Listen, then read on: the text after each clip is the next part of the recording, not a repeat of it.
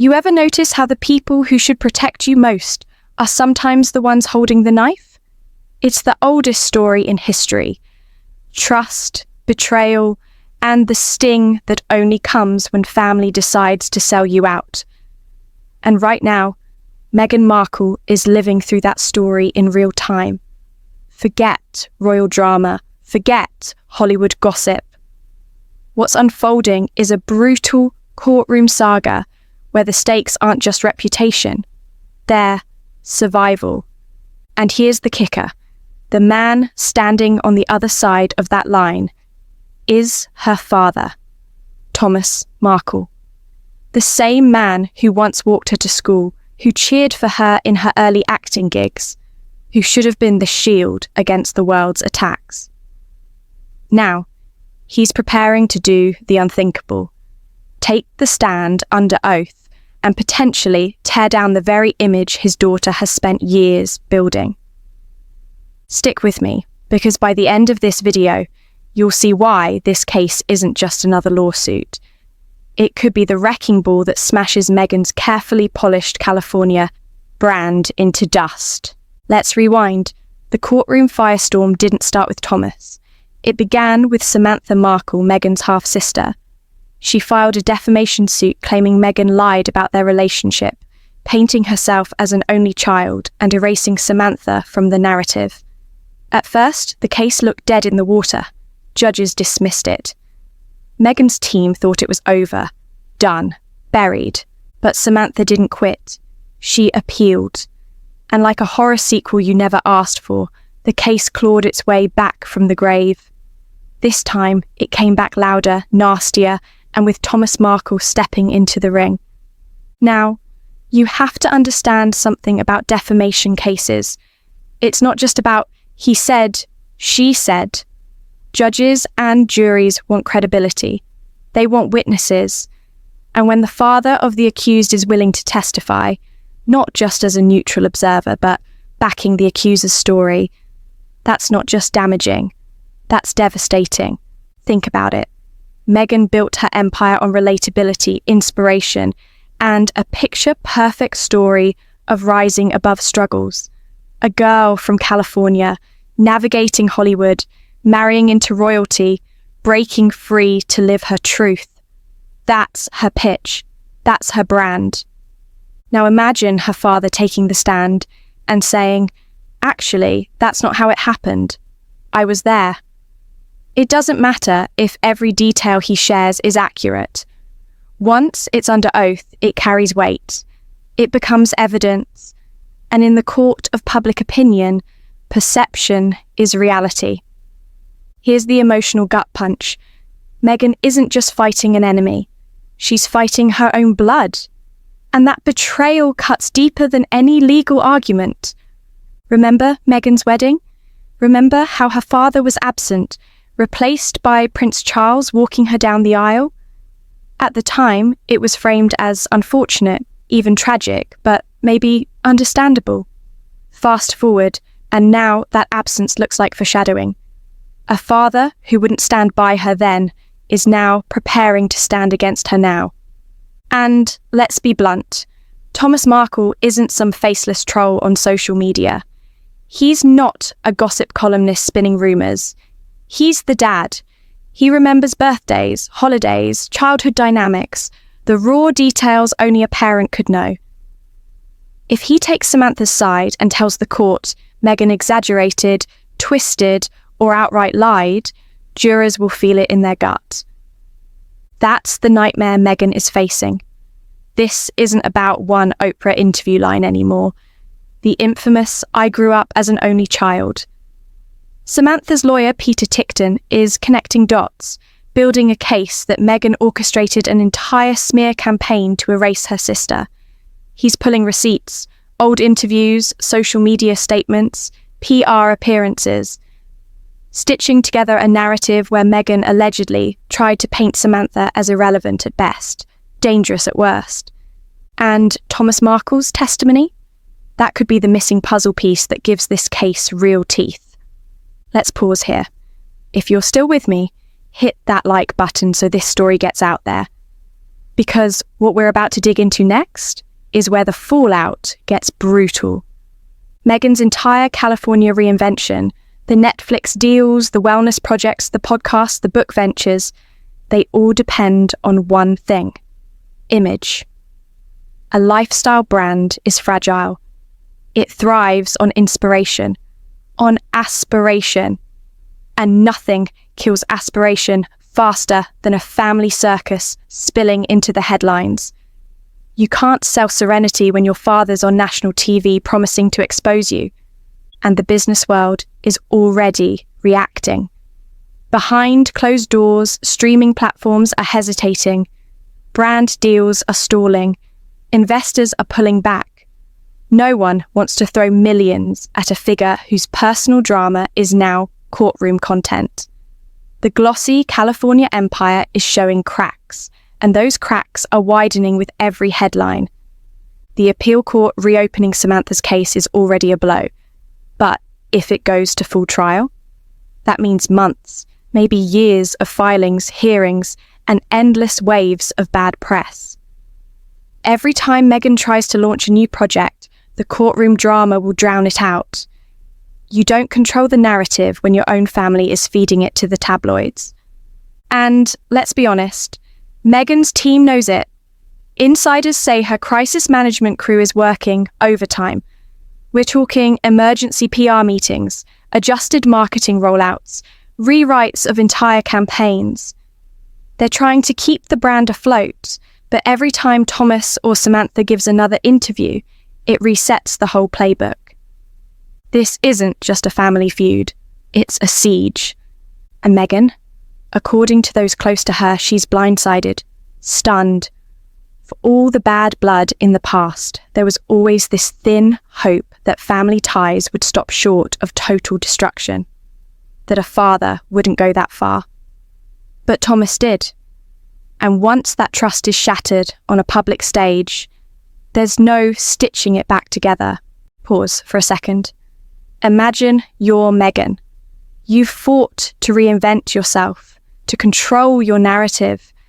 And just as you're building a new empire, your father, the man who once tucked you in at night, is preparing to walk into court and shred your story apart piece by piece. That's not just a legal battle, that's psychological warfare. And here's the terrifying part. This is only the beginning. Before we dive into how this trial could collapse Meghan's entire post-royal life, do me a favour, drop a comment below. Do you think Thomas Markle should testify against his daughter, or is this betrayal too far? I want to see where you stand on this, because public opinion matters here more than you think. Coming up in part 2, we'll dig into the mechanics. How Samantha's legal team is sharpening their strategy, how Thomas's involvement could be weaponized, and why this case might define Meghan's legacy more than any Netflix series ever could. So stay with me, because the story only gets darker from here. So, let's pick up where we left off. Meghan Markle isn't just dealing with bad press. She's walking straight into a legal minefield that could redefine her entire post-royal existence. And the scariest part? She doesn't even control the clock anymore. The timeline isn't in her hands. It's in the courts. See, Samantha Markle's legal team knows exactly what they're doing. Their strategy isn't just about winning in the courtroom, it's about winning in the headlines. Every filing, every motion, every new witness announced. It's fuel for the media. And the media eats this stuff alive. For Meghan, it means living in a permanent state of crisis. Now, let's talk about Thomas Markle's role in all this. Because make no mistake, he's the centerpiece. If Samantha was the spark, Thomas is the gasoline. His decision to testify doesn't just add weight, it changes the entire narrative. Suddenly, this isn't just a half-sister with a grudge, it's the father too. And courts, jurors, the public, they view that differently. Blood ties carry credibility, even if the person speaking has their own baggage. And let's be clear, Thomas has baggage. From those infamous staged paparazzi photos before Meghan's wedding to the endless tabloid interviews cashing in on the drama, he's not exactly a model of discretion.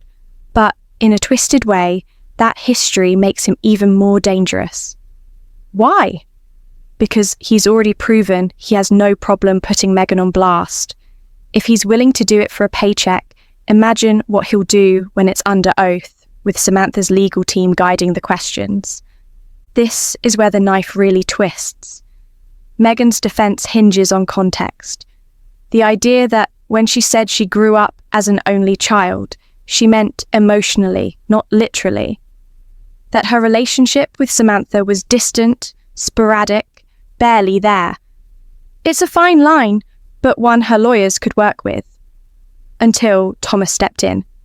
If Thomas testifies that Meghan and Samantha shared holidays, birthdays, meaningful connections, even just a handful of them, it undercuts her argument.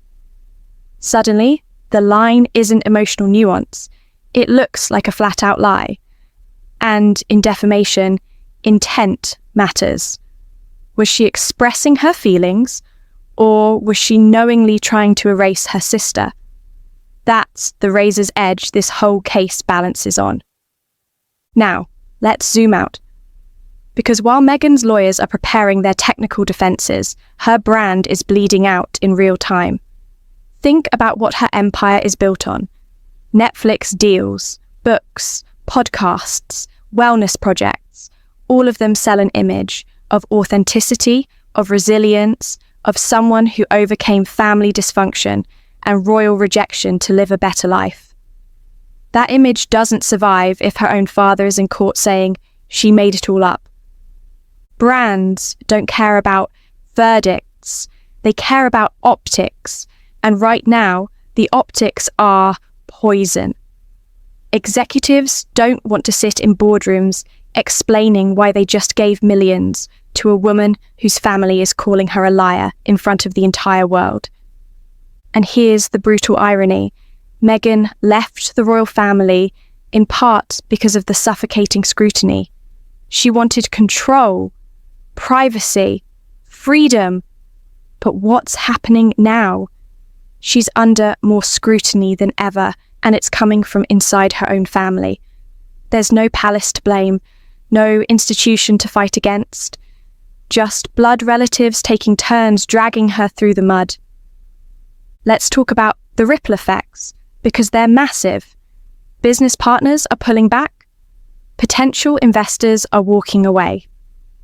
Media outlets, once eager for exclusive access, are recalculating whether she's even worth the trouble. Meghan's brand was supposed to be aspirational. Now it's unpredictable. And unpredictability kills business. Even her attempts to pivot. Children's books, lifestyle launches, holiday specials are being drowned out by the noise. Every announcement is met with a chorus of headlines about the lawsuit, the family feud, the betrayal. You can't sell a vision board of serenity when your reality is chaos splashed across every tabloid. And let's not forget the emotional toll. Meghan's not just a public figure, she's a mother. She's raising 2 young children while the world dissects her family drama like it's sport. Imagine trying to shield your kids from headlines that scream, "Grandfather to testify against Meghan." That's not just reputational damage, that's personal devastation. But here's the kicker. This isn't even trial yet. This is still the appeal phase. If the judges decide Samantha's case deserves a trial, this drags on for months, maybe years. That's years of headlines, years of uncertainty, years of Meghan being forced to play defense while her family happily feeds the fire. Now let's get ruthless. Even if Meghan wins legally, she might already lose in the court of public opinion. Because at the end of the day, most people won't read the verdict. They'll read the headlines. They'll hear the sound bites. And the soundbite of Meghan's father testifies against her is a stain that no amount of PR spin can scrub clean. And Thomas knows that. Samantha knows that. That's the real game here. This isn't just about money or damages, it's about control of the story. Samantha wants validation. Thomas wants revenge, or relevance, depending on how you see it. Either way, Meghan's image is the battlefield. Let's break down what's at stake if this goes to trial. Number 1, Meghan's credibility. If jurors believe she lied, even a little, her entire narrative collapses. That Oprah interview, the foundation of her truth-telling brand, becomes suspect. And once people stop believing you, you can't sell books, podcasts, or Netflix specials. Number 2, her business empire. Investors are already skittish. A drawn-out trial could scare them off entirely. Even if she creates the next big lifestyle brand, who's going to touch it if the CEO is known for courtroom drama instead of credibility? Number 3, her legacy. Meghan wanted to be remembered as the woman who broke free, who rewrote the rules, who built something new outside the palace walls. But if this case defines her, that legacy becomes something else entirely. Not strength, not resilience, but betrayal, family drama, and scandal. And let's not sugarcoat it. Thomas Markle isn't just participating, he's relishing it. Reports suggest he's eager to testify, eager to share his version of events, eager to stand on that witness stand and unload years of grievances. And when a father turns courtroom witness, it doesn't just sting, it scars. Here's where I want to hear from you. Drop a comment right now. Do you think Meghan's brand can survive this? Or is this the moment everything unravels? Because from where I'm sitting, the damage may already be irreversible. Let's end on this. Meghan Markle wanted to be the author of her own story. She wanted to escape the palace, the tabloids, the endless cycle of control. But right now, her story is being written in legal documents, courtroom filings, and bitter family testimonies. And the pen isn't in her hand anymore. That's the brutal truth. And as this legal saga continues to unfold, one thing is clear. The world isn't watching her projects, her podcasts, or her lifestyle empire. They're watching her family rip her apart. And no matter how it ends in court, Meghan Markle has already lost something she can never get back, the illusion that her past could stay buried. Because when family betrayal goes public, there's no palace, no PR team, no Netflix contract big enough to shield you. The truth, or at least a version of it, will always find its way to the surface. And for Meghan, that surface is a courtroom stage, with her father holding the mic. So hit that subscribe button, because this saga is far from over. And trust me, you're going to want to see how deep this rabbit hole goes.